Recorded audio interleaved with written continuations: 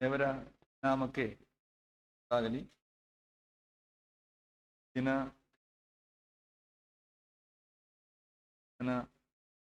ಸಾಕ್ಷಿಯಾಗಿ ನಿಲ್ಲಲು ಕರ್ತನು ಕೊಟ್ಟಂದ ಕೃಪೆಗಾಗಿ ಕರ್ತನಿಗೆ ಸ್ತೋತ್ರ ಸಲ್ಲಿಸುತ್ತೇನೆ. ಆಹ್ವಾನಿಸಿದ ಅಭಯ ಹಿರಿಯರುಗಳಿಗೆ ಕೃತಜ್ಞತಾ ಸಲ್ಲಿಸುವಂತನಾಗಿದ್ದೇನೆ.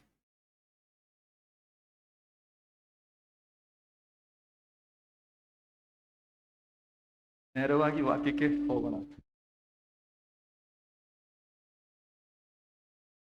ಪ್ರಾರ್ಥನಾ ರಿಕ್ವೆಸ್ಟ್ ಇದೆ. ಕಮಿಂಗ್ ಥರ್ಸ್ಡೇ ನನಗೆ ಒಂದು ಕಮಿಟ್ಮೆಂಟ್ ಇದೆ.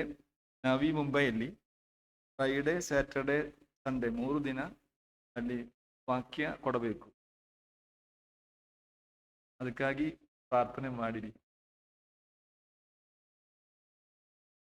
ಸಭೆಯ ಪ್ರಾರ್ಥನೆ, ವಿಶ್ವಾಸಿಗಳ ಪ್ರಾರ್ಥನೆ ನಮ್ಮ ಸೇವೆಗೆ ಅದು ಹಿಂಬಲವಾಗಿ, ಶಕ್ತಿಯಾಗಿ, ಸಪೋರ್ಟ್ ಆಗಿ ಇರ್ತದೆ. ಅದರಿಂದ ದಯವಿಟ್ಟು ಗಳಿಗಾಗಿ ಪ್ರಾರ್ಥನೆ ಮಾಡಿರಿ. ಲೂಕನ ಸುವಾರ್ತೆಗೆ ಬರೋಣ. Of luke chapter 2 verses 41 and 42. 2 ವಾಕ್ಯಗಳು ಓದಿಕೊಳ್ಳೋಣ. Luke chapter 2 from verses 41 to 43. ಆತನ ತಂದೆ ತಾಯಿಗಳು ಪ್ರತಿ ವರ್ಷವೂ ಪಸ್ಕ ಹಬ್ಬದ ಜಾತ್ರೆಗೆ ಯೆರೂಸಲೇಮಿಗೆ ಹೋಗುತ್ತಿದ್ದರು. ಹೀಗಿರಲಾಗಿ ಆತನು 12 ವರ್ಷದವನಾದಾಗ ಅವರು ಹಬ್ಬದ ಪದ್ಧತಿಯ ಪ್ರಕಾರ ಅಲ್ಲಿಗೆ ಹೋದರು.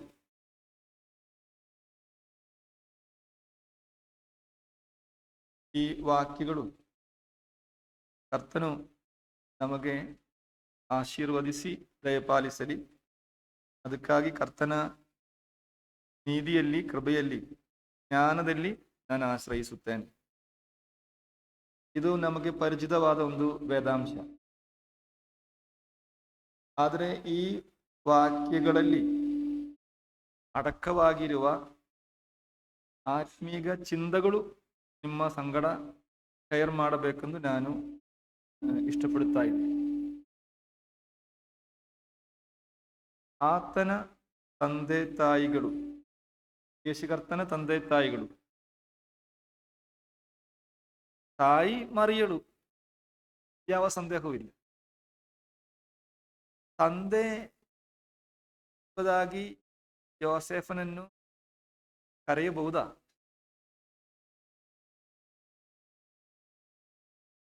ನಿಜವಾಗಿ ತಂದೆಯಲ್ಲ, ಮರಿಯಳ ಗಂಡನಾಗಿದ್ದಾನೆ ನಿಜ. ಯೇಸುಕ್ರಿಸ್ತನ ತಂದೆ ಎಂಬುದಾಗಿ ಕರೆಯಲಿಕ್ಕೆ ಆಗುವುದಿಲ್ಲ. ಆದರೂ ಈ ವೇದಾಂಶದಲ್ಲಿ 41 to 51 ಓದುವಾಗ 3 ಸಲ ತಂದೆ ಎಂಬುದಾಗಿ ಕರೆಯುವಂಥದ್ದು ಕಾಣುತ್ತೇವೆ. 43ನೇ ವಾಕ್ಯದಲ್ಲಿ ಆತನ ತಂದೆ ತಾಯಿಗಳು, ಆಮೇಲೆ 48ನೇ ವಾಕ್ಯದಲ್ಲಿ ನಿನ್ನ ತಂದೆಯು ನಾನು. 3 ಸಲ ತಂದೆ ಎಂಬುದಾಗಿ ಯೋಸೇಫನನ್ನು ಕರೆದಿದ್ದಾನೆ. ಅದು ಯಾಕೆ? ಯೋಸೇಫನಿಗೆ ಅನರ್ಹವಾದ ಒಂದು ಪದವಿ, ಅನ್ಮೆರಿಟೆಡ್ ಪ್ರಿವಿಲೇಜ್ ಎಂಬುದಾಗಿ ಹೇಳಬಹುದು.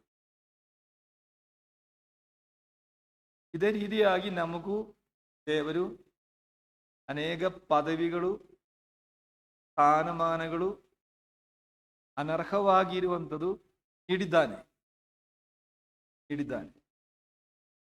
ನಾವು ಯಾರಾಗಿದ್ದಾರೆ? ದೇವರ ಮಕ್ಕಳಾಗಿ ಇದ್ದೇವೆ. We are the children of god. ಅದನ್ನ ಬಹುಮಾನವನ್ನು, ಘನವನ್ನು ನಾವು ಧ್ಯಾನ ಮಾಡಿದರೆ ಲೈಫು ಟ್ರಾನ್ಸ್ಫಾರ್ಮ್ ಆಗುತ್ತೆ. ಈ ಪ್ರಪಂಚವನ್ನು, ಈ ಅಂಧಕಟಾಹವನ್ನು ಸೃಷ್ಟಿಸಿದ ಸರ್ವಶಕ್ತನು, ಸರ್ವಜ್ಞಾನಿಯು, ಸರ್ವವ್ಯಾಪಿಯೂ ಆದಂತ ದೇವರ ಮಗನು ಯಾರು? ನೀವು, ನಾನು. ನಾವು ಅದಕ್ಕೆ ಯೋಗ್ಯರಲ್ಲ. ಆದರೆ ಯೇಸುಕ್ರಿಸ್ತನ ಮುಖಾಂತರ ನಮ್ಮನ್ನು ಮಕ್ಕಳಾಗಿ ದೇವರು ಮಾಡಿದ್ದಾನೆ. ದೇವರಿಗೆ ಸ್ತೋತ್ರ. ಅನರ್ಹವಾದ ಒಂದು ಪದವಿ. ಇದೇ ಥರ ಅನೇಕ ಕಾರ್ಯಗಳಿವೆ, ಎಲ್ಲ ಎಕ್ಸ್ಪ್ಲೈನ್ ಮಾಡೋಕ್ಕೆ ಆಗುವುದಿಲ್ಲ. ಆದರೆ ಯೋಸೇಫನು ನಿಜವಾಗಿ ತಂದೆಯಲ್ಲ ಎಂಬುದು ನಮಗೆ ಗೊತ್ತು. ಆದರೆ ಆ ಕಾಲದಲ್ಲಿ ಇರುವವರಿಗೆ ಅದು ಅಷ್ಟು ಸ್ಪಷ್ಟವಾಗಲಿಲ್ಲ. ಕಾರಣ ಏನಂದ್ರೆ, ಅವರು ಆತನಲ್ಲಿ ನಂಬಿಕೆ ಇಡದನ ಒಂದು ಕಾರಣ ಏನು ನೋಡಿ. ಇವನು ಯೋಸೇಫನ ಮಗನು, ಇವನು ನಜರೇತಿನಲ್ಲಿ ವಾಸ ಮಾಡುವವನು. ಮಸಯ ಬರುವಾದರೆ ಬೆತ್ಲೆಹೇಮಲ್ಲಿ ಹುಟ್ಟಬೇಕು, ಬೆತ್ಲೆಹೇಮಲ್ಲಿ ವಾಸ ಮಾಡಬೇಕು. ಇವನು ನಜರಾಯನು. ಇವನ ತಂದೆಯನ್ನು ನಮಗೆ ಗೊತ್ತು, ಯೋಸೇಫನು.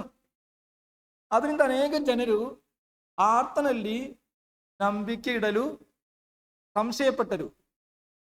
ಕಾರಣ ಅವರಿಗೆ ಗೊತ್ತಾಗಲಿಲ್ಲ. ದೇವರೇನು ಮಾಡಿದನೆಂದರೆ, ಅದು ಮರೆಮಾಡಿದ.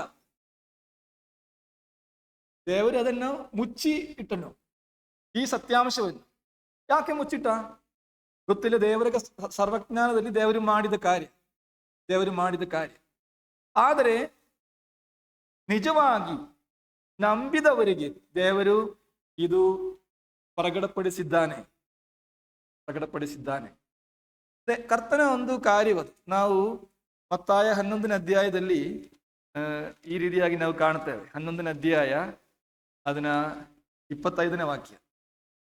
ಆ ಸಮಯದಲ್ಲಿ ಯೇಸು ಹೇಳಿದ್ದೇನೆಂದರೆ, ತಂದೆಯೇ, ಪರಲೋಕ ಭೂಲೋಕಗಳ ಒಡೆಯನೇ, ನೀನು ಜ್ಞಾನಿಗಳಿಗೂ ಬುದ್ಧಿವಂತರಿಗೂ ಈ ಮಾತುಗಳನ್ನು ಮರೆ ಮಾಡಿ ಬಾಲಕರಿಗೆ ಪ್ರಕಟ ಮಾಡಿದ್ದಿ ಎಂದು ನಿನ್ನನ್ನು ಕೊಂಡಾಡುತ್ತೇನೆ.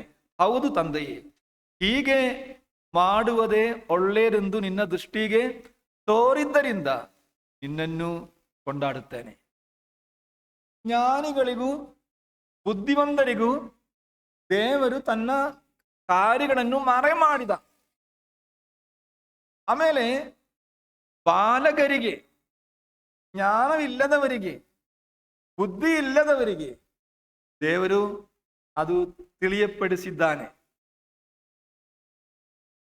ಎಂದ ದೇವರ ಜ್ಞಾನ ಇಲ್ಲ. ನಮ್ಮ ಬುದ್ಧಿಯಿಂದ ಹುಡುಕಿದರೆ ಸಿಕ್ಕುವುದಿಲ್ಲ.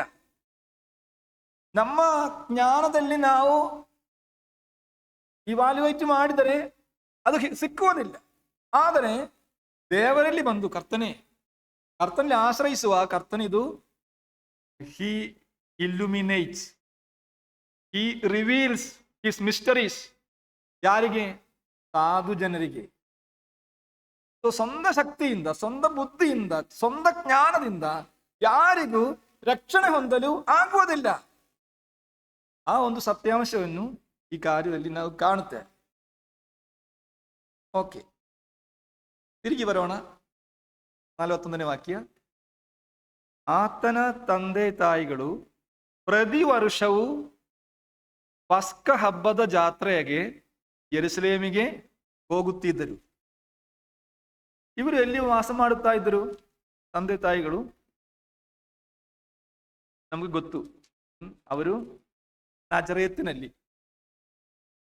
ನಜರೇತಿನಲ್ಲಿ ವಾಸ ಮಾಡುತ್ತಾ ಇದ್ರು. ಪಸ್ಕ ಹಬ್ಬದ ಜಾತ್ರೆಗೆ ಎಲ್ಲಿಗೆ ಹೋಗಬೇಕು? ಯೆರೂಸಲೇಮಿಗೆ ಹೋಗಬೇಕು. ಓಕೆ, ನಜರೇತಿನಿಂದ ಯೆರೂಸಲೇಮಿಗೆ ಎಷ್ಟು ದೂರ ಇದೆ? ಏನು ಹೇಳಲಿಲ್ಲ ಅದು ಅಲ್ಲ. ನಾನು ಈ Thomson chain reference Bible use ಮಾಡ್ತಾ ಇತ್ತು ಮೊದಲು. ಒಂದೊಂದು ಕಡೆಯಿಂದ ಜೆರುಸಲೇಮಿಗೆ ದೂರ ಎಷ್ಟು ಇದೆ ಎಂಬುದನ್ನು ಅದರಲ್ಲಿ ಇದೆ. ಆ ರೀತಿಯಾಗಿ ನೋಡಿದಾಗ ಫ್ರಮ್ ನಾಸರೆತ್ ಟು ಜೆರುಸಲೇಮ್ 112 ಕಿಲೋಮೀಟರ್. ಎಷ್ಟು ಕಿಲೋಮೀಟರ್? 112 ಕಿಲೋಮೀಟರ್. ನಾನಿದು ಬೇರೊಂದು ಕಡೆ ಪ್ರಸಂಗ ಮಾಡಿದಾಗ ಒಬ್ಬ ಹುಡುಗನು ಅದು ತಪ್ಪದು, 146 ಇದೆ. ನಾನು ಹೇಳಿದ ನಿನಗೆ ಹೇಗೆ ಗೊತ್ತಾಯಿತು? ಅವನು ಹೇಳಿದ ಗೂಗಲ್ ಮ್ಯಾಪಲ್ಲಿ ನೋಡಿದಾಗ 146 ಇದೆ. 112 ಅಲ್ಲ ದೇವರೇ. ನಾನು ಹೇಳಿದೆ ಇದು ಡಾಕ್ಟ್ರಿನಲ್ ಇಶ್ಯೂ ಏನೂ ಅಲ್ಲ. ಇനി ಗೂಗಲ್ ಡಿಸ್ಟೆನ್ಸ್ ಹೇಗೆ ಗೊತ್ತಿಲ್ಲ ನಮಗೆ. ಆದರೂ ಓಕೆ, ಯಾವುದರ ಆಧಾರದ ಮೇರೆಗೆ ನಾವು ನೋಡಬೇಕು. 112 ಅಲ್ಲಿ 146 ನೋಡುವಾಗ ವ್ಯತ್ಯಾಸ ಆಗುತ್ತೆ. ಓಕೆ, ಇಲ್ಲಿಂದ 146 ಕಿಲೋಮೀಟರ್ ಅಂದರೆ ಇಲ್ಲಿಂದ ಎಲ್ಲಿ ತನಕ ಹೋಗೋ ದೂರ? ಅಂದಾಜು ಬೆಂಗಳೂರು ಹೋಗುವ ದೂರ. ಬೆಂಗಳೂರಿಗೆ 155 ಇದೆ ಟ್ರೈನಲ್ಲಿ. ಓಕೆ, ಅಷ್ಟು ದೂರ ಕೆಂಗೇರಿ ದಾಟಿ ಬೆಂಗಳೂರು ಅಷ್ಟು ದೂರ ಹೋಗುತ್ತಾ ಇತ್ತು ನಜರೇತಿನಿಂದ ಜೆರುಸಲೇಮಿಗೆ. ಓಕೆ, ಅಲ್ಲಿ ಹೋದರೆ ಮಾತ್ರ ಸಾಲದು, ತಿರುಗಿ ಬರಬೇಕಲ್ಲ. 146 ಇಂಟು 2 ಎಷ್ಟಾಯ್ತು? ನಾನು ಲೆಕ್ಕ ಮಾಡಿ ಇಲ್ಲ, ಇದರಲ್ಲಿ ಎಲ್ಲೋ ನೋಟ್ ಮಾಡಿ ಇಟ್ಟಿದೆ, ಅದು ಕಾಣ್ತಾ ಇಲ್ಲ. ಎಷ್ಟಾಗಿದೆ? 146 ಇಂಟು 2 292. ಓಕೆ, 292. ಈ 292 ಕಿಲೋಮೀಟರ್ ಪ್ರಯಾಣ ಮಾಡಬೇಕು. ಈ ವಿಮೋಚನ ಕಾಂಡ ಪುಸ್ತಕದಲ್ಲಿ ಬೇರೊಂದು ಸತ್ಯಾಂಶ ಇದೆ ಇದರ ಸಂಬಂಧವಾಗಿ. ನಾನು ಅನಗತ್ಯವಾಗಿ ಯಾವ ವಾಕ್ಯಗಳು ಓದಿಸುವುದಿಲ್ಲ. ಎಕ್ಸೋಡಸ್ ಚಾಪ್ಟರ್ 23 ಅದನ್ನ 14ನೇ ವಾಕ್ಯ ಓದುವಾಗ, ಎಕ್ಸೋಡಸ್ 23:14 ಫಸ್ಟ್ ಸೆಂಟೆನ್ಸ್ ಏನು ಓದುತ್ತಾ ಇದೆ? ನೀವು ವರ್ಷಕ್ಕೆ 3 ಆವರ್ತಿ ನನಗೆ ಜಾತ್ರೆ ಮಾಡಬೇಕು. ವರ್ಷಕ್ಕೆ 3 ಆವರ್ತಿ. 292 ಇಂಟು 3 ಆಗಿದೆ.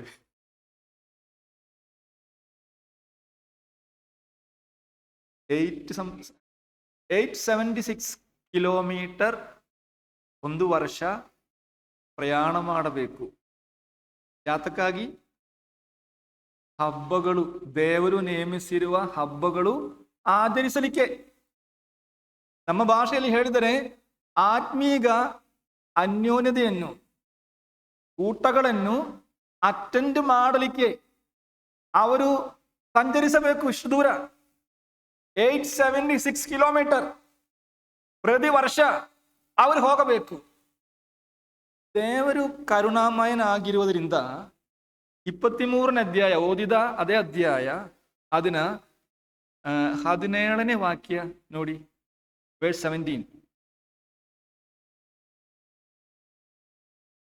ಅಲ್ಲಿ ಏನು ಓದುತ್ತಾ ಇದೆ?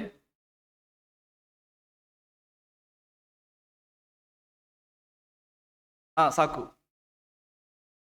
ವರ್ಷಕ್ಕೆ 3 ಆವರ್ತಿ ನಿಮ್ಮಲ್ಲಿರುವ ಯಾರು ಹೋಗಬೇಕು?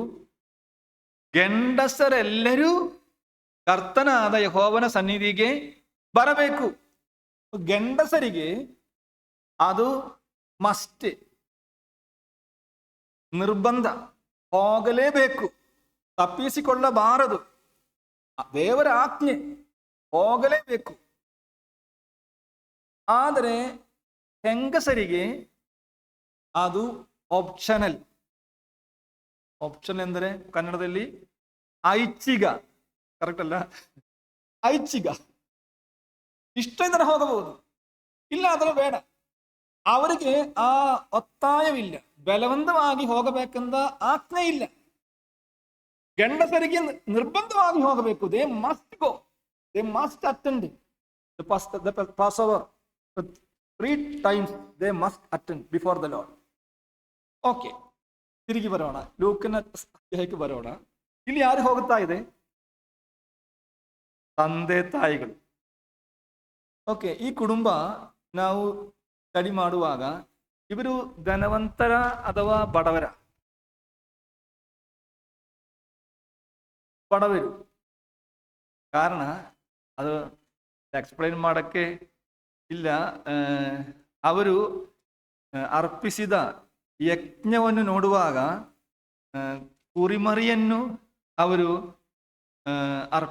ಅರ್ಪಿಸಿದ ಎಂಬುದಾಗಿ ನಾವು ಕಾಣುತ್ತೇವೆ. ಕುರಿಮರಿಯನ್ನು, ಪಾರಿವಾಳವನ್ನು, ಕುರಿಮರಿ ಅಲ್ಲ, ಪಾರಿವಾಳ,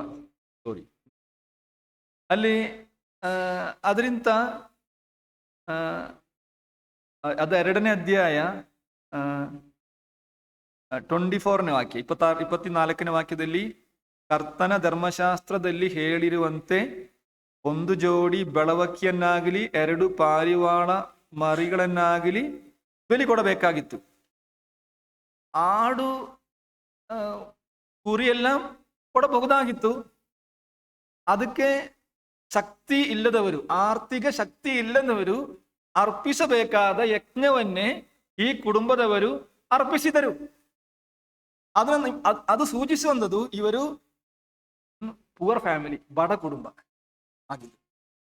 ಓಕೆ, ಧನವಂತರ ಆದರೆ ಈಗ ಬೆಂಗಳೂರು ಹೋಗಬೇಕು, ನಾವು ಹೇಗೆ ಹೋಗುತ್ತದೆ? 3,000 ಇದ್ದರೆ ಫ್ಲೈಟಲ್ಲಿ ಹೋಗಬಹುದು, ಮೈಸೂರು ಟು ಬೆಂಗಳೂರು. ಎಲ್ಲ ಡೈಲಿ ಇದೆ ಎಂದು ಗೊತ್ತಿಲ್ಲ. ಇನ್ನು ದೊಡ್ಡವರಾದರೆ ಅವರಿಗೆ ಒಂದೇ ವಾರದಲ್ಲಿ ಹೋಗಬಹುದು. ಇಲ್ಲ, ಎಷ್ಟು ಸಮಯ ಬೇಕು? 1.5 hour ಅಷ್ಟು. ಇಲ್ಲಿಂದ ಬಿಟ್ಟರೆ ಬೆಂಗಳೂರು. ಇಲ್ಲ, ಅಷ್ಟಿಲ್ಲ, ಹಂಗಾದ್ರೆ ನಮಗೆ ಟ್ರೈನಲ್ಲಿ ಹೋಗಬಹುದು. ಟ್ರೈನಲ್ಲಿ ಅಷ್ಟೇನೂ ಇಲ್ಲ, ಬುಕ್ ಮಾಡಿ ಹೋದರೂ 300 rupees ಆಗುತ್ತೆ 2 days. ಅಲ್ಲ, ಅದು ಬಸ್ಸಲ್ಲಿ ಹೋಗಬಹುದು. ಇನ್ನು ಏನು ಇಲ್ಲದವರು, ಬಡವರು ಹೇಗೆ ಹೋಗುವುದು? ಕಾಲುನಡೆಯಾಗಿ ಹೋಗಬೇಕು. ಎಷ್ಟು ದೂರ?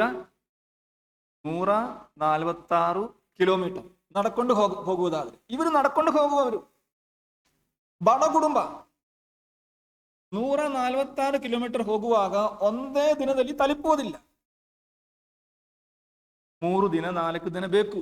ಅಂದ್ರೆ ಇಲ್ಲಿ ಕುಟುಂಬವಾಗಿ ಹೋಗುತ್ತಾ ಇದೆ, ಕುಟುಂಬವಾಗಿ ಹೋಗುತ್ತಾ ಇದೆ.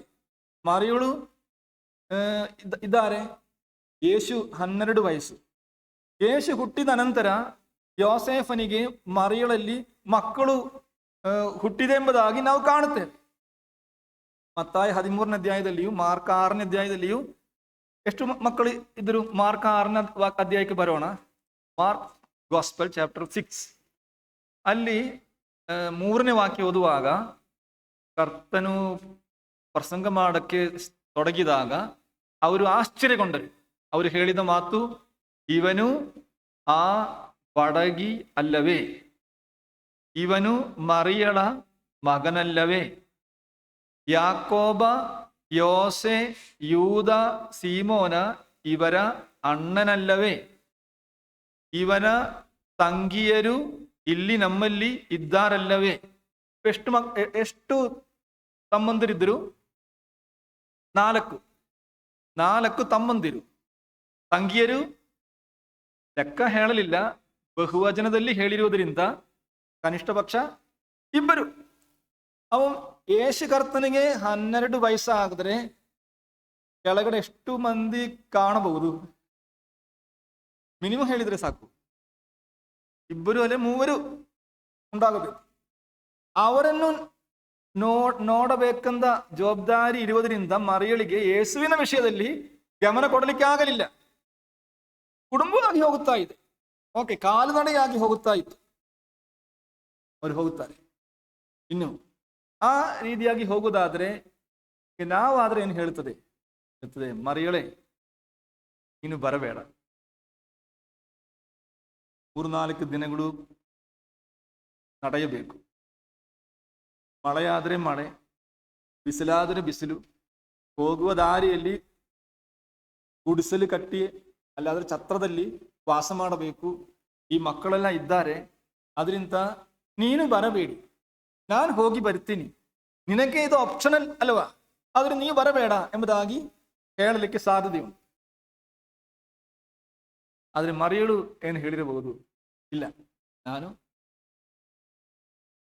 ಕಷ್ಟ ನಡೆಯುತ್ತೀನಿ, ರಾತ್ರಿಯಲ್ಲಿ ಗುಡಿಸಲು ಕಟ್ಟೆಯಲ್ಲಿ ಮಲಗುತ್ತೀನಿ, ರಾತ್ರಿ ಅಡಿಗೆ ಮಾಡಬೇಕು, ಮಾಡುತ್ತೀನಿ, ಈ ಮಕ್ಕಳನ್ನು ಪರಾಮರಿಸಬೇಕು, ಹೊತ್ತುಕೊಂಡು ನಡೆಯುತ್ತೀನಿ.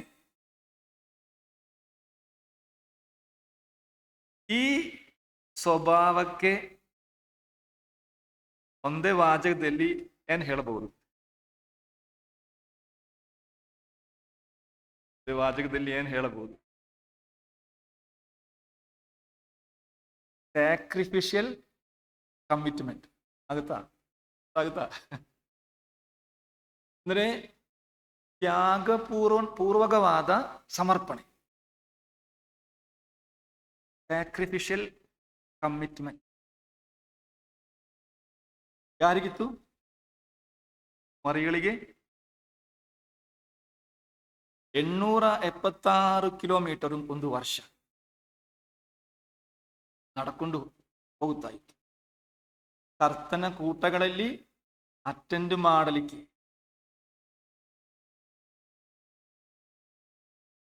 ಕಷ್ಟವನ್ನು ಮಕ್ಕಳನ್ನು ಹೊತ್ತುಕೊಂಡು ನಡೆಯುತ್ತಾ ಇತ್ತು. ಮಳೆಯಾದ್ರೆ ಮಳೆ, ಬಿಸಿಲಾದ್ರೆ ಬಿಸಿಲು, ಚಳಿಯಾದ್ರೆ ಚಳಿ, ಎಲ್ಲಾ ಸಮಸ್ಯೆಗಳಿತ್ತು. ಎಲ್ಲ ಒಪ್ಪಿಕೊಂಡು ಸಹಿಸಿಕೊಂಡು ಅವಳು ಇದು ಬರುತ್ತಾ ಇತ್ತು. ಇದಕ್ಕೆ ಸ್ಯಾಕ್ರಿಫಿಷಿಯಲ್ ಕಮಿಟ್ಮೆಂಟ್ ಎಂದು ಹೇಳಬಹುದು. ಓಕೆ, ನಾವು 1 ವರ್ಷ ಎಷ್ಟು ಕಿಲೋಮೀಟರ್ ಕರ್ತನಿಗಾಗಿ ನಡೆಯುತ್ತಾ ಇದೆ? ಎಲ್ಲ ಸೇರಿಸಿದರೆ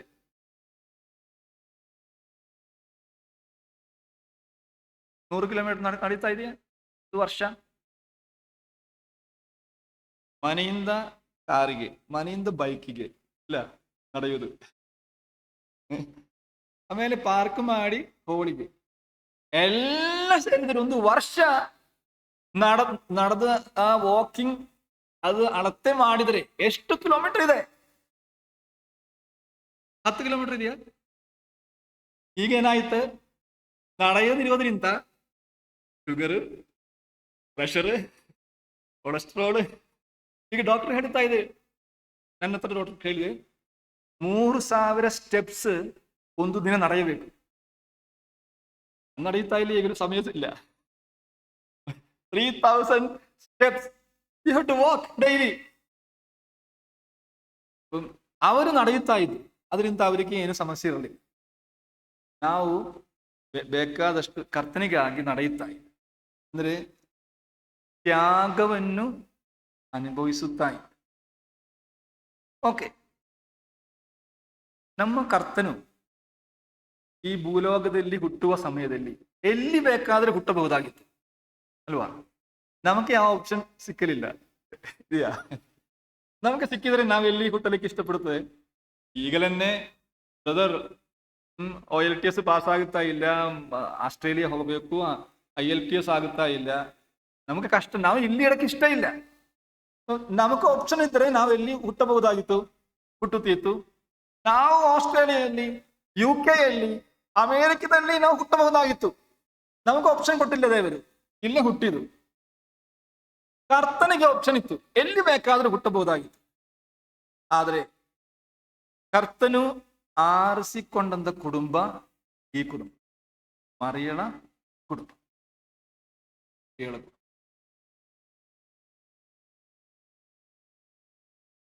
ಬೆತ್ಲೆಹೇಮಿನಲ್ಲಿ ಅನೇಕ ಯುವತಿಯರು ಇದ್ದರು. There were many virgins in the land of Bethlehem. ಯಾವ ಮನೆ ಬೇಕಾದರೂ ಆರಿಸಿಕೊಳ್ಳಬಹುದಾಗಿತ್ತು ಕರ್ತನಿಗೆ. ಆದರೆ ಕರ್ತನು ಆರಿಸಿಕೊಂಡದು ಈ ಮನೆ. ಯಾವ ಮನೆ? ಮರಿಯಳ ಮನೆ, ಯೋಸೇಫ್ ಮರಿಯಳ ಮನೆ. ಕಾರಣ ಏನು? ಅವರಲ್ಲಿ ಈ ಆಸಕ್ತಿ ಇತ್ತು. ಸರ್ವಜ್ಞಾನದಲ್ಲಿ ಮೊದಲೇ ನೋಡಿದ ದೇವರು ತೀರ್ಮಾನಿಸಿದ, ನಾನು ಹುಟ್ಟುವಾಗ ಈ ಮನೆಯಲ್ಲಿ ನಾನು ಹುಟ್ಟುವೆ. ಕರ್ತನಿಗಾಗಿ ಸಮರ್ಪಣೆ ಇರುವ, ಸ್ಯಾಕ್ರಿಫಿಷಿಯಲ್ ಕಮಿಟ್ಮೆಂಟ್ ಇರುವ ಈ ಮನೆಯಲ್ಲಿ ನಾನು ಹುಟ್ಟುವೆ ಕರ್ತನು ತೀರ್ಮಾನಿಸಿ. ಆಮೇಲೆ ಕರ್ತನು ಪ್ರವಾದಿಗಳಿಗೆ ಆರ್ಡರ್ ಕೊಟ್ಟ. ಎಸೈನಿಗೆ ಬರೆಯಿರಿ, ವರ್ಜಿನ್ ಶಾಲ್ ಕನ್ಸೀವ್ ಅಂಡ್ ಬೇರ್ ಎ ಸನ್. ಮೀಕನಿಗೆ ಆರ್ಡರ್ ಕೊಟ್ಟ, ಬೆತ್ಲೆಹೇಮ್ ಎಫ್ರಾತೆ, ನೀನು ಸಣ್ಣದಾದರೂ ನನ್ನ ಜನಕ್ಕೆ ಅಧಿಪತಿಯಾಗಿ ಇರಬೇಕಾದವನು ಅಲ್ಲಿಂದ ಹುಟ್ಟಿ ಬರುವನು. ಪ್ರವಾದಿಗಳಿಗೆ, ಜೆರೆಮೀಯನಿಗೆ ಬರೆಯಿರಿ, ನಜರಾಯನು, ಬ್ರಾಂಚ್ ಎಂಬುದಾಗಿ ಅದನ್ನ ಮೂಲ ಅರ್ಥ. ಅಲ್ಲೇ ವಾಸ ಮಾಡುವನು. ಆಮೇಲೆ ಅದಕ್ಕೆ ಅನುಸಾರವಾಗಿ ಕರ್ತನು ಬೆತ್ಲೆಹೇಮಿನಲ್ಲಿ ಹುಟ್ಟಿದ ಆ ಕುಟುಂಬ. ಇವತ್ತು ಈ ಮರಿಯಳ ಆ ಕಮಿಟ್ಮೆಂಟ್ ಅದು ನಾವು ಅರ್ಥ ಮಾಡಿಕೊಳ್ಳಬೇಕು. ಅಲ್ಲಿ ನೋಡುವಾಗ ಲೂಕನ ಸುವಾರ್ತೆ 1ನೇ ಅಧ್ಯಾಯದಲ್ಲಿ ಅದನ್ನ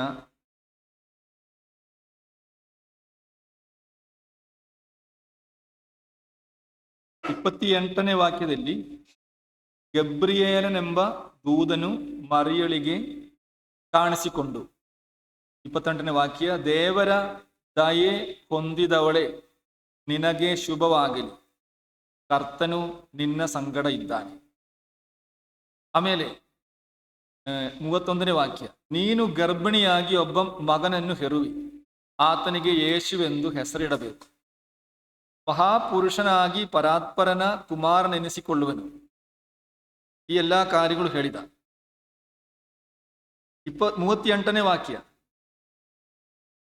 ಅಲ್ಲಿ ಮರಿಯಳ ಸಮರ್ಪಣೆಯನ್ನು ಕಾಣುತ್ತೇವೆ. ಇಗೋ ನಾನು ಕರ್ತನ ದಾಸಿ, ನಿನ್ನ ಮಾತಿನಂದೇ ನನಗಾಗಲಿ ಅಂದಳು. ನಿಶ್ಚಿತಾರ್ಥವಾಯಿತು, ಎಂಗೇಜ್ಮೆಂಟ್ ಆಯಿತು, ಮದುವೆ ಆಗಲಿಲ್ಲ. ಮದುವೆ ಆಗುವುದನ್ನು ಮುಂಚೆ ಮರಿಯಳು ಗರ್ಭಿಣಿಯಾದರೆ ಅದರ ಪರಿಣಾಮ ಏನಾಗಬಹುದಾಗಿತ್ತು? ಧರ್ಮಶಾಸ್ತ್ರದ ಮೇರೆಗೆ ಕಲ್ಲೆಸೆಯಲ್ಪಟ್ಟು ಕೊಲ್ಲಲ್ಪಡಬೇಕು. ಓಕೆ, ಅದಕ್ಕೆ ಹೋಗಬೇಕೆಂದಿಲ್ಲ. ಆ ಮದುವೆ ನಡೆಯುವುದಿಲ್ಲ.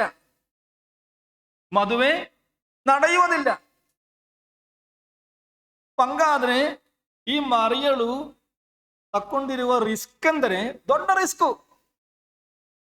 ಅವಳ ಫ್ಯೂಚರ್ ಅವಳು ಕರ್ತನ ಚಿತ್ತಕ್ಕಾಗಿ ಬಿಟ್ಟು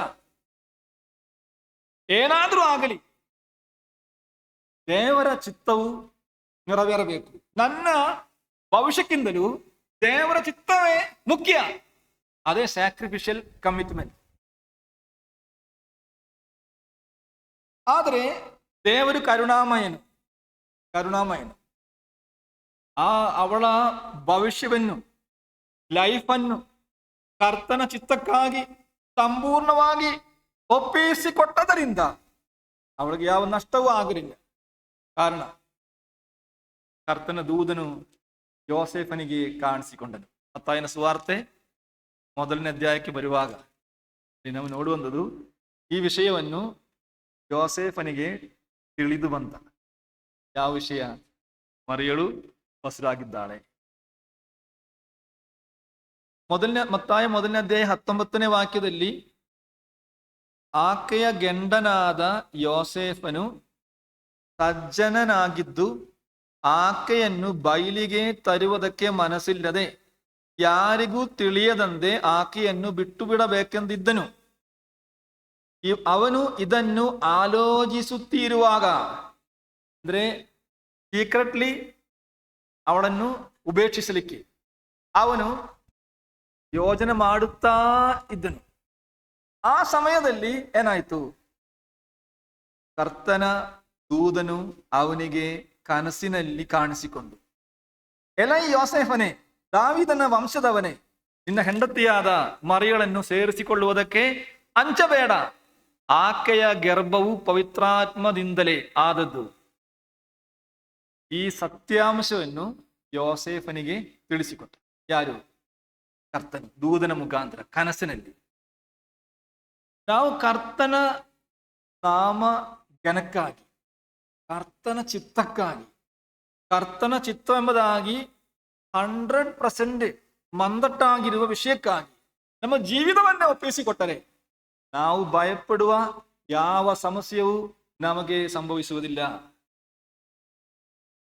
ಸರಿಪಡಿಸಬೇಕಾದ ಎಲ್ಲಾ ಕಾರ್ಯಗಳು ಕರ್ತನು ತನ್ನ ದೂತನನ್ನು ಕಳುಹಿಸಿ ಸರಿಪಡಿಸುವನು, ಮಾಡುವನು. ಅದು ನಾವಿಲ್ಲಿ ಕಾಣುವ ಒಂದೊಂದು ಪಾಠ. ಯೋಸೇಫನು ಸ್ಯಾಕ್ರಿಫಿಷಿಯಲ್ ಕಮಿಟ್ಮೆಂಟ್, ತ್ಯಾಗಪೂರ್ವವಾದ ಸಮರ್ಪಣೆಯ ಜೀವಿತ ಉಳ್ಳವನಾಗಿದ್ದನು. ಮರಿಯಳು ಆ ರೀತಿಯಾಗಿ ಸಮರ್ಪಣೆಯ ಜೀವಿತ ಉಳ್ಳವಳಾಗಿದ್ದಳು. ಈ ಮರಿಯಳನ್ನು ಸ್ವೀಕರಿಸಿದ್ರಿಂದ ಅವರಿಗೆ ಬೆತ್ಲೆಹೇಮಲ್ಲಿ ಸ್ಥಳ ಸಿಕ್ಕಲಿಲ್ಲ, ಜಾಗ ಸಿಕ್ಕಲಿಲ್ಲ. ಯೇಸುವನ್ನು ಅವಳು ಪೂರ್ಣ ಗರ್ಭಿಣಿಯಾಗಿ ಮಗನನ್ನು ಹೆರಬೇಕೆಂಬ ಆ ಸಮಯ ಬಂದಾಗ ಎಲ್ಲಿ ಸ್ಥಳವಿಲ್ಲ. ಯೋಸೇಫನ ಮನೆಯವರೆಲ್ಲ ಬೆತ್ಲೆಹೇಮಲ್ಲಿ ಇದ್ದರು, ಅನೇಕ ಬಂಧು ಬೆಳಗದವರು ಅಲ್ಲಿ ಇದ್ರು. ಅವರಾರು ಸ್ವೀಕರಿಸಲಿಲ್ಲ. ಈ ಕೇಸ್ ಅಟೆಂಡ್ ಮಾಡಕ್ಕೆ ನಮಗೆ ಆಗುವುದಿಲ್ಲ ಎಂಬುದಾಗಿ ತೊರೆದು ಬಿಟ್ಟ. ಆದರೆ ಯೋಸೇಫನು ಕರ್ತನ ಚಿತ್ತವನ್ನು ನಾವು ಆ ಮತ್ತಾಯನ ಸುವಾರ್ತೆಯಲ್ಲಿ ನೋಡುವಾಗ ಆ ಕಾರ್ಯವನ್ನು ದೂತನು ತಿಳಿಸಿಕೊಟ್ಟ ಅನಂತರ ಯೋಸೇಫನು ಏನ್ ಮಾಡಿದನು? 24ನೇ ವಾಕ್ಯದಲ್ಲಿ, ಆಗ ಯೋಸೇಫನು ನಿದ್ದೆ ತಿಳಿದೆದ್ದು ಕರ್ತನ ದೂತನು ಅಪ್ಪಣೆ ಕೊಟ್ಟ ಹಾಗೆ ತನ್ನ ಹೆಂಡತಿಯನ್ನು ಸೇರಿಸಿಕೊಂಡನು. ನೋಡಿ, ಉಪೇಕ್ಷಿಸಬೇಕೆಂದು, ತೊರೆದು ಬಿಡಬೇಕೆಂದು ತೀರ್ಮಾನಿಸಿದವನು, ಆ ರೀತಿಯಾಗಿ ಆಲೋಚನೆ ಮಾಡುತ್ತಾ ಇರುವವನು ಅದು ಕ್ಯಾನ್ಸಲ್ ಮಾಡಿ ತನ್ನ ಹೆಂಡತಿಯನ್ನು ಸೇರಿಸಿಕೊಂಡ. ಮರಿಗಳನ್ನು ಎಂಗೇಜ್ಮೆಂಟ್ ಆಗಿದೆ ಆಲ್ರೆಡಿ, ಸೇರಿಸಿಕೊಂಡ. ಅದಾಗಿ ಕಾಣುತ್ತೆ. ನಮ್ಮ ದಾರಿಯ ಕೊರತೆಗಳನ್ನು ನೀಗಿಸುವವನು ನಮ್ಮ ಕರ್ತನಾಗಿದ್ದಾನೆ. ಈ ಮನೆಯಲ್ಲಿ ಕರ್ತನ ಹುಟ್ಟಲಿಕ್ಕೆ ತೀರ್ಮಾನಿಸಿ, ಯಾವ ಮನೆಯಲ್ಲಿಯೂ ಕರ್ತನು ಆರಿಸಿಕೊಳ್ಳಲಿಲ್ಲ. ಯಾವ ಮನೆ? ಈ ಮನೆಯಲ್ಲಿ ಹುಟ್ಟಬೇಕು. ಹಂಗಾದರೆ ಕರ್ತನಿಗಾಗಿ ಈ ಸಮರ್ಪಣೆಯ ಜೀವಿತವನ್ನು ಜೀವಿಸಬೇಕು. ಹೀಗಾಗಿ ಯಾವ ಜೀವಿತ? ಸಮರ್ಪಣೆಯ ಜೀವಿತ. ಇದಿಲ್ಲದೆ ಸಣ್ಣ ಪುಟ್ಟ ವಿಷಯಗಳಿಗಾಗಿ ಜಗಳ ಮಾಡುವವರಿದ್ದಾರೆ. ಸಣ್ಣ ಪುಟ್ಟ ವಿಷಯಗಳಿಗಾಗಿ. ಕೇರಳದಲ್ಲಿ ಒಂದು ಸಭೆಯಲ್ಲಿ 6 ಫ್ಯಾನ್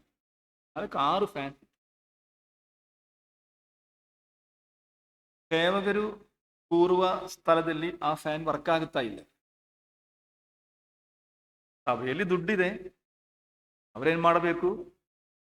ಎಲೆಕ್ಟ್ರಿಷಿಯನ್ ಕರೆದು ಆ ಫ್ಯಾನ್ ರಿಪೇರ್ ಮಾಡಬೇಕು. ಅವರದು ಮಾಡಲಿಲ್ಲ.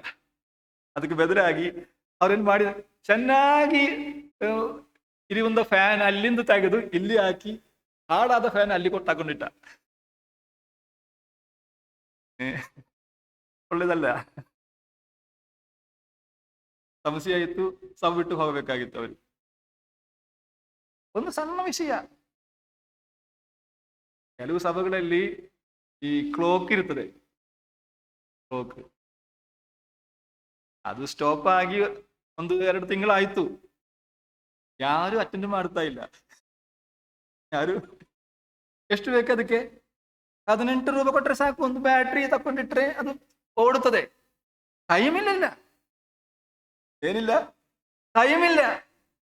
ಇನ್ನು ಯಾರಾದ್ರೂ ದುಡ್ಡು ಕೊಡಬೇಕಲ್ಲ, ಕರ್ತನಿಗಾಗಿ ಒಂದು 18 ರೂಪಾಯಿ ಖರ್ಚು ಮಾಡಕ್ಕೆ ಮನಸ್ಸಿಲ್ಲ. ಸಭೆಯವರು ಮಾಡಬೇಕು. ಸಭೆಯವರು ಮಾಡಿಲ್ಲ ಆದ್ರೆ ಏನಾಗಬೇಕು? ವಿಶ್ವಾಸಿಗಳು ಮಾಡಬೇಕು.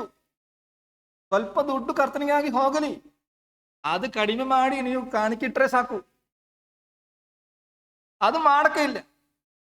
ನಾನು ಹೇಳೊಂದು, ಈ ಸಮರ್ಪಣೆ ತ್ಯಾಗಪೂರ್ಣವಾದ ಜೀವ, ಆ ಕುಟುಂಬಗಳಲ್ಲಿ ಕರ್ತನು ಆಶೀರ್ವಾದ ಕೊಡುತ್ತಾರೆ. ನಾನು ಅಪ್ಪನನ್ನು ನೋಡುವಾಗ ನನಗೆ ತುಂಬಾ ಸಂತೋಷ ಇದೆ. ಈ ಮುಪ್ಪಿನ ಪ್ರಾಯದಲ್ಲಿ ಇಲ್ಲಿ ಬಂದು ಕೂರುವುದು ಸಾಮಾನ್ಯ ವಿಷಯವಲ್ಲ, ಅದು ತ್ಯಾಗವನ್ನೇ. ಅದಕ್ಕೆ ತಕ್ಕಂತೆ ದೇವರು ಆಶೀರ್ವಾದ ಮಾಡುತ್ತಾ ಇದೆ ಕುಟುಂಬದವರನ್ನು. ಸ್ನಾನಿಗನಾದ ಯೋಹಾನನು ಯಾವ ಮನೆಯಲ್ಲಿ ಹುಟ್ಟಿದ?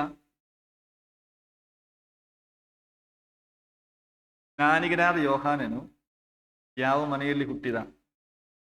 ಜಕ್ಕರಿಯ, ಎಲಿಸಬೆತ್ ಅವರ ಮನೆ. ಆ ಮನೆಗೆ ಏನಾದರೂ ವಿಶೇಷತೆ ಇದೆಯಾ? ಲೂಕ 1ನೇ ಅಧ್ಯಾಯ ಅದನ್ನ 6ನೇ ವಾಕ್ಯ ಓದುವಾಗ, ಲೂಕ್ ಚಾಪ್ಟರ್ 1 verse 6, ಅಲ್ಲಿ ಈ ಜಕ್ಕರಿಯ, ಎಲಿಸಬೆತ್ ಆ ಕುಟುಂಬದವರ ಆ ಮನೆಯ ವಿಶೇಷತೆಯನ್ನು ಆ ವಾಕ್ಯದಲ್ಲಿ ಕಾಣುತ್ತೇವೆ. ಏನ್ ಕಾಣುತ್ತಾ ಇದೆ? ಅವರಿಬ್ಬರು ಕರ್ತನ ಎಲ್ಲಾ ಆಜ್ಞೆಗಳನ್ನು, ನೇಮ ನಿಷ್ಠೆಗಳನ್ನು ಕೈಕೊಂಡು ತಪ್ಪಿಲ್ಲದೆ ನಡ್ಕೊಳ್ಳುತ್ತಾ ದೇವರ ದೃಷ್ಟಿಯಲ್ಲಿ ನೀತಿವಂತರಾಗಿದ್ದರು. ತಪ್ಪಿಲ್ಲದೆ ಕರ್ತನ ಆಜ್ಞೆಗಳು, ನೇಮನಿಷ್ಠಗಳನ್ನು ಕೈಕೊಂಡು ತಪ್ಪಿಲ್ಲದೆ ನಡ್ಕೊಳ್ಳುತ್ತಾ ದೇವರ ದೃಷ್ಟಿಯಲ್ಲಿ ನೀತಿವಂತರಾಗಿದ್ದರು. ಆ ಮನೆಯಲ್ಲಿ ಯಾರು ಹುಟ್ಟಿದನು? ಸ್ನಾನಿಗನಾದ ಯೋಹಾನನು ಆ ಮನೆಯಲ್ಲಿ ಹುಟ್ಟಿದ. ನೋಡಿ, ದೇವರು ಕೊಡುವ ಆಶೀರ್ವಾದಗಳು ನೋಡಿ. ಇನ್ನು ಸಮುವೇಲ್ ಪ್ರವಾದಿ ಎಲ್ಲಿ ಹುಟ್ಟಿದನು ನೋಡುವಾಗ, ಫಸ್ಟ್ ಸ್ಯಾಮುವೇಲಲ್ಲಿ ಅವನ ತಾಯಿಯ ಹೆಸರು ಹನ್ನ. ಹನ್ನಳು ತುಂಬಾ ದುಃಖವನ್ನು ಸಹಿಸಿಕೊಳ್ಳುತ್ತಾ ಇದ್ದ ಒಬ್ಬ ಹೆಂಗಸು. ದುಃಖದಲ್ಲಿ ಅವಳು ಇದ್ದಳು. ಆ ದುಃಖವನ್ನು ನಿಮಿತ್ತವಾಗಿ ಅವಳು ದೇವಾಲಯಕ್ಕೆ ದೇವಾಲಯದಲ್ಲಿ ಬಂದಳು. ಸಾಮಾನ್ಯವಾಗಿ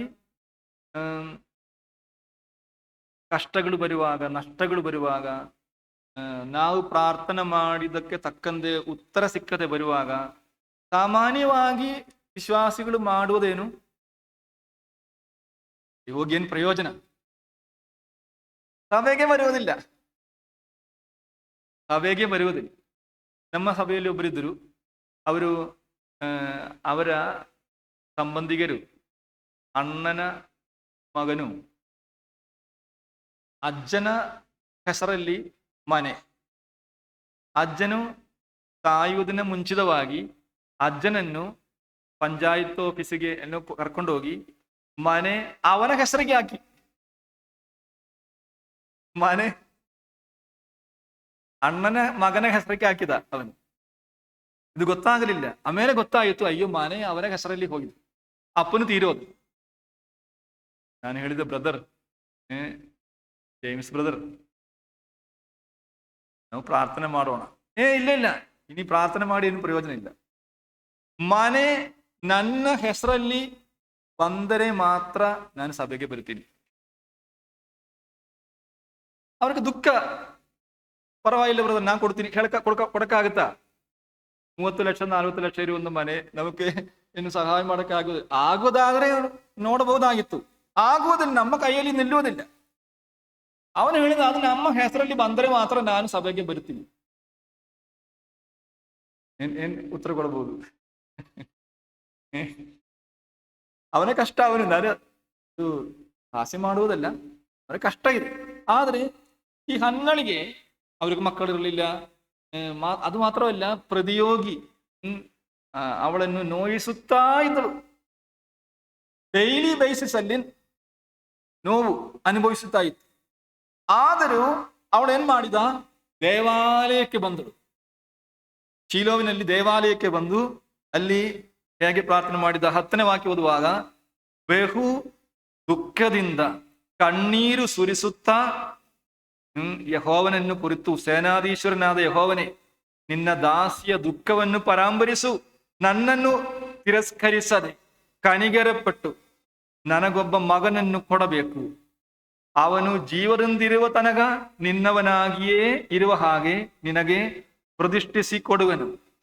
ಅವನ ತಲೆಯ ಮೇಲೆ ಕ್ಷೌರ ಕತ್ತಿಯನ್ನು ಬರಗೊಡಿಸುವುದಿಲ್ಲ ಎಂದು ಪ್ರಾರ್ಥಿಸಿ ಏನ್ ಮಾಡಿದ? ಹರಕೆ ಮಾಡಿದಳು. ಪ್ರಾರ್ಥನೆ ಮಾಡಿ, ಕಣ್ಣೀರು ಸುರಿಸಿ ಪ್ರಾರ್ಥನೆ ಮಾಡಿ ಹರಕೆ ಮಾಡಿದಳು. ನೋವನ್ನು ಅನುಭವಿಸುವ ಒಬ್ಬ ಹೆಂಗಸು ದೇವರ ಆಲಯದಲ್ಲಿ ಒಂದು ಕಣ್ಣೀರು ಸುರಿಸಿ ಪ್ರಾರ್ಥನೆ ಮಾಡಿ ಹರಕೆ ಮಾಡಿ. ನಾವು ಕೂಡ ಅದೆಲ್ಲ ಮಾಡುತ್ತಾ ಇದೆಯಲ್ಲ. ಕರ್ತನೆ, ನಾನೀಗ ಸೈಕಲಲ್ಲಿ ಹೋಗುತ್ತಾ ಇದ್ದೆ, ಒಂದು ಬೈಕ್ ಕೊಟ್ಟರೆ ಯಾವ ಕೂಟಗಳು ತಪ್ಪದೆ ನಾನು ಅಟೆಂಡ್ ಮಾಡ್ತೇನೆ. ಇಲ್ಲ, ಕರ್ತನು ಸಹಾಯ ಮಾಡಿ ಬೈಕ್ ಕೊಟ್ಟ. ಈಗ ಅವನಿಗೆ ಆಡ್ತಾ ಇಲ್ಲ. ಏನಾಯ್ತು? ಅವನು ಬಿಸಿ ಆಯ್ತು. ಅಲ್ಲ, ನೀವು ಹೇಳಿದ್ದು ಸಾಕ್ಷಿ ಕೊಟ್ಟಾಗ ಬೈಕ್ಗೆ ಸಿಕ್ಕಿದ್ರೆ ಎಲ್ಲ ಕೂಟಗಳಿಗೆ ಬರುತ್ತೆ. ಇപ്പൊ ಕಾಣ್ತಾ ಇಲ್ಲ. ಎಲ್ಲ ಕೂಟಗಳಿಗೆ ಬರೋಕೆ ಪೆಟ್ರೋಲ್ ಬೇಕಲ್ಲ, ಪೆಟ್ರೋಲ್ಗೆ ದುಡ್ಡು ಬೇಕಲ್ಲ. ಇದು ಮೊದಲೇ ಗೊತ್ತಿಲ್ವಾ? ದೇವರ ಸನ್ನಿಧಿಯಲ್ಲಿ ಸಾಕ್ಷಿ ಕೊಡುವ ಸಮಯದಲ್ಲಿ ಗೊತ್ತಿಲ್ವಾ ಪೆಟ್ರೋಲ್ಗೆ ದುಡ್ಡು ಬೇಕೆಂದು? ಈಗ ಬರಿತಾ ಇಲ್ಲ. ಎಲ್ಲಿ ಹೇಳಿದ ಕರ್ತನೆ, ಬೈಕ್ ಇದೆ ನನಗೆ, ಆದ್ರೆ ಈ ಮಳೆಗಾಲದಲ್ಲಿ ಕೂಟಕ್ಕೆ ಬರಕ್ಕೆ ಆಗುತ್ತಾ ಇಲ್ಲ. ಒಂದು ಕಾರು ಸಿಕ್ಕಿದರೆ ತಪ್ಪದೆ ಎಲ್ಲ ಕೂಟಗಳಿಗೂ ಅಟೆಂಡ್ ಮಾಡುತ್ತೀನಿ. ಕರ್ತನು ದಯಮಾಡಿ ಕಾರು ಕೊಟ್ಟು. ಈಗ ಕಾಣುತ್ತಾ ಇಲ್ಲ, ಕೂಟಕ್ಕೆ ಬರುತ್ತಾ ಇಲ್ಲ. ಅಲ್ಲ, ನೀ ಪ್ರಾರ್ಥನೆ ಮಾಡುವಾಗ ಈ ಹರಕೆ ಮಾಡಿದೆಯಲ್ಲ, ಕಾರು ಕೊಟ್ಟರೆ ಎಲ್ಲ ಕೂಟಗಳಿಗೆ ಬರುತ್ತೀನೆಂದು. ಸರ್, 1 ಲೀಟರ್ಗೆ 10 ಕಿಲೋಮೀಟರ್ ಮಾತ್ರ ಸಿಕ್ಕುತ್ತಾ ಇದೆ. ಒಂದು ಲೀಟರ್ಗೆ ಎಷ್ಟು ಕಿಲೋಮೀಟರ್? 10 ಕಿಲೋಮೀಟರ್, 110 ರೂಪಾಯಿ. 10 ಕಿಲೋಮೀಟರ್ ಹೋಗಿ ಬರಕ್ಕೆ, ಊಟಕ್ಕೆ ಬರಬೇಕಾದ್ರೆ 110 ರೂಪೀಸ್ ಬೇಕು. ಹರಕೆ ಅಂದ್ರೆ ದೇವರ ಮುಂದೆ ನುಡಿದಂತ ನುಡಿಗಳು ಅದಕ್ಕೆ ನೆರವೇರಿಸುತ್ತಾ ಇಲ್ಲ. ದೇವರ ಆಶೀರ್ವಾದ ಕೊಟ್ಟಿದ್ದಾನೆ, ಆದರೆ ಅದು ನೆರವೇರಿಸುತ್ತಾ ಇಲ್ಲ. ಇಲ್ಲಿ 12 ಪ್ರಾರ್ಥನೆ ಮಾಡಿ ಕಣ್ಣೀರು ಸುರಿಸಿ ಆ ಮಹಾಯಾಜಕನು ಮಿಸ್ಅಂಡರ್ಸ್ಟ್ಯಾಂಡ್ ಮಾಡಿದೆ. ನೀನು ವೈನ್ ಕುಡಿದಿದೀಯ ಎಂಬುದಾಗಿ ನೋಡಿ, ಅದೆಲ್ಲ ಆಲಯದಲ್ಲಿ ಬಂದು ಮೊರೆಯಿಡುವ, ಕಣ್ಣೀರು ಸುರಿಸುವ, ನೋವಿನಿಂದ ಪ್ರಾರ್ಥನೆ ಮಾಡಿದ ಅವಳನ್ನು ಮಿಸ್ಅಂಡರ್ಸ್ಟ್ಯಾಂಡ್ ಮಾಡಿದ. ಆದರೂ ಅವಳಿಗೆ ಬೇಸರ ಆಗಿಲ್ಲ. ಅವಳು ಹೇಳಿದೆ, ಯಜಮಾನನೇ, ಆ ರೀತಿಯಾಗಿ ಯೋಜನೆ ಮಾಡಬಾರದು. ನನ್ನ ದುಃಖದ ನಿಮಿತ್ತವಾಗಿ ನಾನು ಈ ರೀತಿಯಾಗಿ ನಾನು ಬಹು ದುಃಖ ಪೀಡಿದಳು. ದ್ರಾಕ್ಷಾರಸವನ್ನಾದರೂ ಬೇರೆ ಯಾವ ಮದ್ಯವನ್ನಾದರೂ ಕುಡಿದವಳಲ್ಲ. ನನ್ನ ಮನೋವೇದನೆಯನ್ನು ಯೆಹೋವನ ಮುಂದೆ ಹೊಯ್ದಿದ್ದೇನೆ. ನಿನ್ನ ದಾಸಿಯಾದ ನನ್ನನ್ನು ಅಯೋಗ್ಯಳೆಂದು ನೆನೆಸಬೇಡ. ಈವರೆಗೆ ನನ್ನ ಹೆಚ್ಚಾದ ಚಿಂತೆಯನ್ನು ವ್ಯದೆಯನ್ನು ಅರಿಕೆ ಮಾಡಿಕೊಳ್ಳುತ್ತಿದ್ದನು ಎಂದು ಹೇಳಿದಳು. ಆಗ ಏಲಿಯು ಆಕೆಗೆ, ಸಮಾಧಾನದಿಂದ ಹೋಗು, ಇಸ್ರಾಯೇಲ್ ದೇವರು ನಿನ್ನ ಪ್ರಾರ್ಥನೆಯನ್ನು ನೆರವೇರಿಸಲಿ ಅನ್ನಲು. ಕೆಳಗೆ ಓದುವಾಗ 18ನೇ ವಾಕ್ಯ ಲಾಸ್ಟ್ ವಾಚಕ. ಆಮೇಲೆ ಆಕೆಯ ಮೋರೆಯಲ್ಲಿ ದುಃಖವು ಕಾಣಲಿಲ್ಲ. ಸ್ವಲ್ಪ ವರ್ಷ ಆದಾಗ ಏನಾಯಿತು? ಅವಳು ಒಬ್ಬ ಹುಡುಗನನ್ನು ದೇವಾಲಯಕ್ಕೆ ಕರ್ಕೊಂಡು ಬಂದ. ಏಲಿ ಯಾಜಕನ ಮುಂದೆ ನಿಲ್ಲಿಸಿದ. ಹೇಳಿದ, ಯಜಮಾನನೇ, ಈ ಬಾಲಕನಿಗಾಗಿ ಹುಡುಗನಿಗಾಗಿ ನಾನು ಪ್ರಾರ್ಥನೆ ಮಾಡಿದೆ. ದೇವರ ಪ್ರಾರ್ಥನೆಗೆ ಸದುತ್ತರವನ್ನು ಕೊಟ್ಟೆ. ಎಂದು ಇವನು ಜೀವದಿಂದಿರುವವರೆಗೂ ಪ್ರತಿಷ್ಠಿತನು, ನಾಸ್ತಿವೃತಸ್ಥನು ಆಗಿರುವನು. ದೇವಾಲಯದಲ್ಲಿ ಕೊಟ್ಟ ಆ ಹುಡುಗನನ್ನು ನೋಡಿ, ಆ ಮನೆಯಲ್ಲಿ ಸಮುವೇಲನು ಹುಟ್ಟಿದನು. ಯೇಸುಕರ್ತನು ಹುಟ್ಟಲಿಕ್ಕೆ ಆರಿಸಿಕೊಂಡ ಮನೆ ಯೋಸೇಫ ಮರಿಯಳ ಕುಟುಂಬ. ಕಾರಣ ಸಮರ್ಪಣೆಯ ಜೀವಿತವುಳ್ಳ ಕುಟುಂಬ. ಜ್ಞಾನಿಗನಾದ ಯೋಹಾನನನ್ನು ದೇವರು ಯಾವ ಮನೆಗೆ ಕೊಟ್ಟ? ಜಕ್ಕರಿಯ ಎಲಿಸಬೆತ್ತನ ಮನೆಗೆ. ಸಮುವೇಲ್ ಪ್ರವಾದಿ ಗೊತ್ತು, ಸಮುವೇಲ್ನ ಕುರಿತು ದೊಡ್ಡ ಪ್ರವಾದಿಯಾಗಿದ್ದನು. From Dan to Beersheba all people of Israel came to know that Samuel was the faithful prophet of the Lord. ಅವನ ಆಗಮನದಲ್ಲಿ ಬೆತ್ಲೆಹೇಮ್ ಪಟ್ಟಣವು ನಡುಗಿತು ಎಂಬುದಾಗಿ ನಾವು ಓದುತ್ತಾ ಇದೆ. ಆ ಮಂತ್ರವಾದಿನಿ, ಆ ಸ್ತ್ರೀ ಆ ಮಂತ್ರವಾರದಲ್ಲಿ ಹೇಳ್ತಾ ಇದೆ, ಒಬ್ಬ ದೇವನು ಎದ್ದು ಬರುತ್ತಾನೆ ಎಂಬುದಾಗಿ. A god is coming out of the earth.